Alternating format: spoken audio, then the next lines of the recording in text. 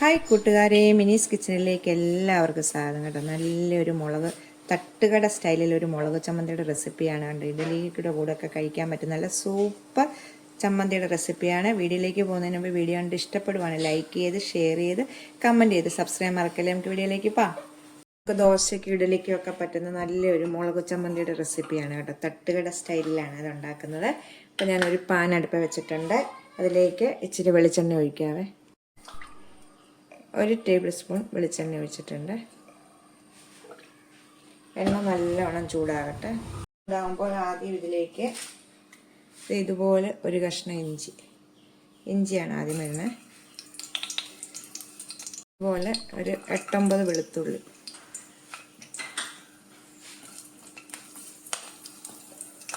ഉള്ളി ഒരു 10-15 എടുത്തിട്ടുണ്ട്. നല്ലോണം ഒന്ന് വഴറ്റട്ടെ. ഉള്ളി ഒന്ന് ചെറുതായിട്ട് വാടിക്കഴിയുമ്പോൾ ഇതിലേക്ക് ഒരു 9-10 വത്തലമുളക്. ഈ സമയം ഒരു 5 കാശ്മീരി മുളക് പൊടി ഇടണം. മുളക് ഉണ്ടെങ്കിൽ കേട്ടോ. ഇല്ലാത്തൊരു മുളക് പൊടി, ഞാനിപ്പോൾ മുളക് പൊടിയാണ് ഇതിന് ചേർക്കുന്നത്. കാശ്മീരി മുളക് പൊടിയാണെങ്കിൽ നമുക്കിത് എല്ലാം വഴന്ന് കഴിഞ്ഞ് നമ്മൾ വാങ്ങാറാകുമ്പോൾ ഇട്ടാൽ ചന്തെല്ലാം കരിഞ്ഞു പോവേ. ഈ സമയം ഇതിലേക്ക് ഒരു ഞുള്ളു ഉലുവ, ഒരു ഞുള്ള് നമുക്കൊന്ന് എല്ലാം കൂടെ ഒന്ന് ഇതാകട്ടെ. ഇതുപോലെ ഒരു ചെറിയ പുളിയും കൂടെ ചേർത്ത് നമുക്കൊന്നുകൂടെ ഒന്ന് വഴറ്റാം.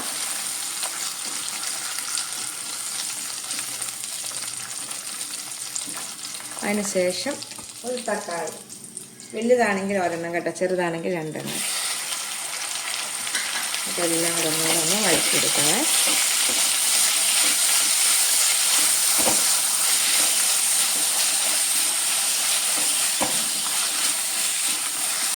കരിയാപ്പിലയും കൂടി ഇടാവേ ഇതിലേക്ക്. ഇതിനകത്ത് കാശ്മീരി മുളക് ഇട്ടില്ല, അതിനപ്പം മുളക് പൊടിയും ചേർക്കണം, ഒരു ഞുള്ളു കായപ്പൊടിയും ചേർക്കണം.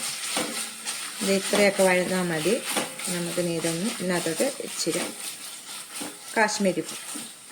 കാശ്മീരി മുളക് ഉണ്ടെങ്കിൽ നിങ്ങൾ 5 എണ്ണമാണ് ചേർക്കേണ്ടത് കേട്ടോ. ഞാനിപ്പോൾ ഒരു 1/4 ടേബിൾ സ്പൂണ് കാശ്മീരി മുളക് പൊടി ചേർക്കുവാണ് ഇതിലേക്ക്. കാശ്മീരി മുളക് പൊടി ഇട്ടു, ഒരു ഞുള്ളു കായപ്പൊടിയും കൂടി ഇടാം, ഒരു 1/4 ടീസ്പൂൺ കായപ്പൊടി. ഇത്രയും മതി. കായപ്പൊടി ഇടുമ്പോൾ കായവും ഉലുവൊക്കെ ചേർക്കുമ്പോൾ നല്ല ഇതാണ് കേട്ടോ. നമുക്കൊന്ന് ഇളക്കി ചൂടായ ചമ്മന്തി നമുക്ക് ഓഫ് ചെയ്യാവേ. ആറിയ ശേഷം നല്ലോണം അരച്ചെടുക്കും. തീ ഓഫ് ചെയ്തിട്ടുണ്ട്. നല്ലോണം ആറിയിട്ടുണ്ട്. നമുക്ക് ഇച്ചിരി ആവശ്യത്തിനുള്ള ഉപ്പുകൂടി ഇതിലേക്ക് ഇട്ടിട്ട് നമുക്ക് മിക്സിയുടെ ജാറിലേക്ക് ഒന്ന് മാറ്റാവേ. ഉപ്പൊക്കെ നിങ്ങളുടെ കണക്കനുസരിച്ച് ഇടുക. നമുക്ക് മിക്സിയുടെ ജാറിലേക്ക് ഒന്ന് ആട്ടിയിട്ടൊന്ന് അരച്ചുകൊണ്ട് വരാം. അരച്ചുകൊണ്ട് വന്നിട്ടുണ്ട്. അപ്പം നമുക്കൊന്നും കടുക് താളിക്കണം. അതിനായിട്ട് ചീനിച്ചട്ടി അടുപ്പ് വെച്ചിട്ടുണ്ട്. ഇതാകുമ്പോൾ നമുക്ക് കുറച്ച് വെളിച്ചെണ്ണ ഒഴിക്കാവേ. 1 ടീസ്പൂൺ വെളിച്ചെണ്ണ ഒഴിക്കും.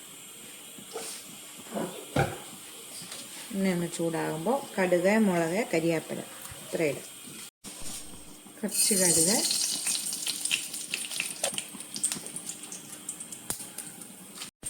മുളക്, കരിയാപ്പില മൂത്ത് കഴിയുമ്പോൾ നമ്മൾ അരച്ച അരപ്പിലേക്ക് ഒഴിക്കാവേ.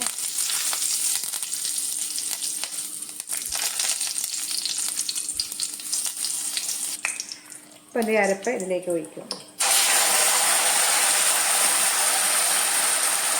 നമുക്കിതിനകത്ത് വെള്ളം ചേർക്കണേ. ഇച്ചിരി നീട്ടിയാണ് എടുക്കുന്നത്. മിക്സി കഴുകിയ ജാറിലേക്ക് നമുക്ക് ഇച്ചിരി വെള്ളം ഇതിലേക്ക് വെള്ളം